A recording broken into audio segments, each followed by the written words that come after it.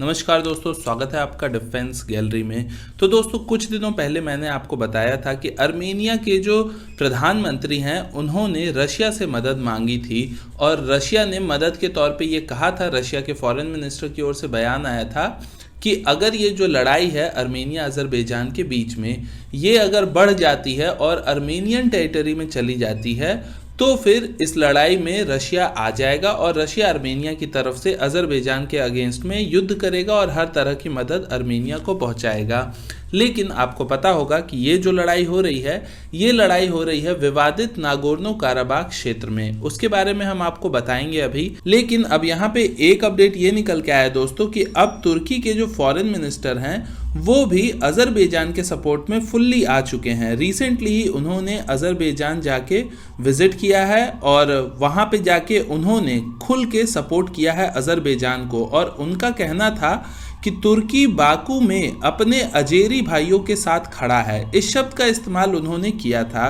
तो यानी कि तुर्की का पूरा सपोर्ट है हर तरह का, चाहे वो वेपन से हो या फोर्सेस से हो या इनडायरेक्टली दूसरे तरीके से हो, हर तरीके से तुर्की अपना सपोर्ट अजरबैजान को प्रोवाइड कर रहा है। तो यहाँ पे दोस्तों ये देख रहे हैं आप कि तुर्की ने स्टैंड तो खुला लिया हुआ है अजरबैजान का, ये पहले से भी हम देखते आ रहे हैं, लेकिन रशिया इस बीच में नहीं आया है। और इसी बीच में अब ये खबर आई है कि अजरबैजान ने कहा है कि उसने अर्मेनिया के Su-25 को गिरा दिया है। और साथ ही साथ अभी थोड़ी देर पहले ये भी न्यूज़ आई है अजरबैजान की ओर से कि अजरबैजान ने एक ड्रोन को भी मार गिराया है अर्मेनिया के।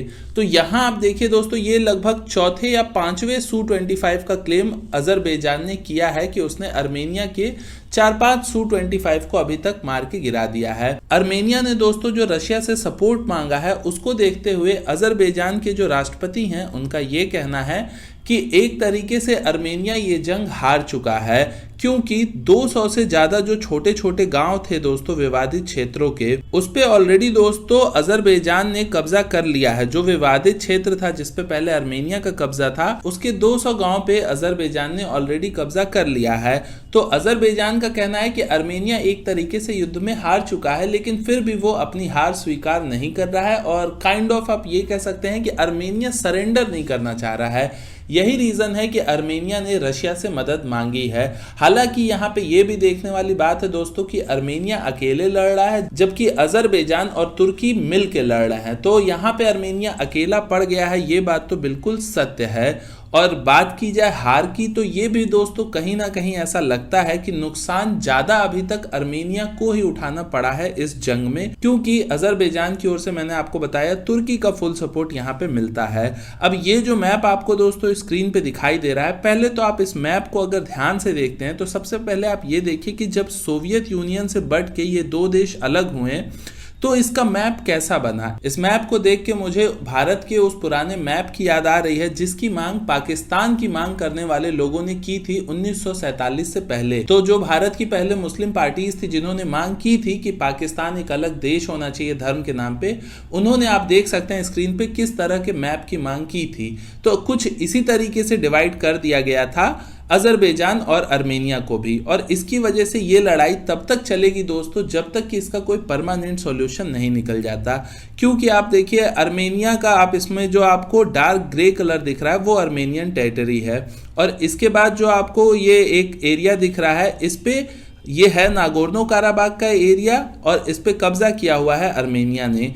वहीं आपको कुछ एरिया दिख रहा होगा जिसपे कि अजरबैजान का कब्जा है। और फिर आप देखिए कि जो ये नखचीवन है ये अजरबैजान का एक अलग हिस्सा है, लेकिन ये अर्मेनियन टेरिटरी के पास है। मतलब ये देखा जाए तो जैसे कि पाकिस्तान था पहले ईस्ट और वेस्ट, उसी तरीके से अजरबैजान का भी है यहाँ पे कि देखिए आप अजरबैजान के एक साइड में मेन अजरबैजान का मेन लैंड है और दूसरे साइड में ये नखचीवन भी एक एरिया है।